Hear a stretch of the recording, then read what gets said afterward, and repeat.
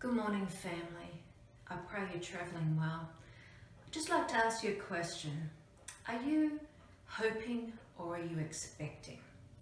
Today I just want to share again from the book of Acts, where Peter and John went to the temple to pray and they met a lame man along the way. The lame man was actually in a position of hoping. He was hoping people would give him stuff.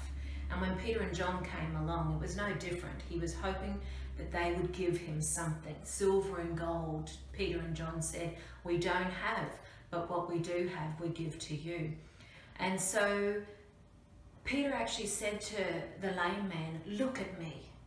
He wanted the lame man to look beyond what he was actually hoping for and actually expect something. So with that, the lame man looked at Peter. He expected something because he thought, well, if you don't have silver and gold, what do you have? So he was then expecting something. You know, it's interesting in life, sometimes we have expectations. I was expecting an orchid for Mother's Day because every year my husband buys me an orchid. And this year was no different. He bought me an orchid, but I was blown away because this orchid, the plant was huge and the spray of orchids were like 3 times I've ever seen. It was amazing. It was beautiful. You know, when this lame man looked at Peter, he was expecting something. Now, the difference between hoping and expecting is hoping is like wishing for something. It may or may not come. But expecting is assuming that you will receive it. I assumed that I would receive an orchid. The lame man was assuming that he was going to get something, but he had no idea what he was going to get. What are you expecting today?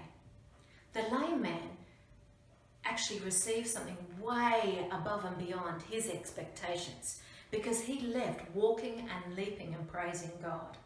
So I want to encourage you, what are you expecting today? What are some of the promises that God has given you?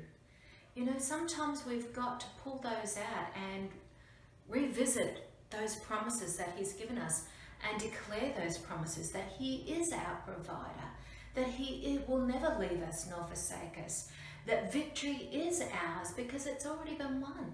What are those promises? What are those things that you are expecting from God, but yet you still haven't seen? I just want to encourage you, don't give up. Continue to expect and wait and see what God does in your life. I pray you have a great week. God bless. Bye.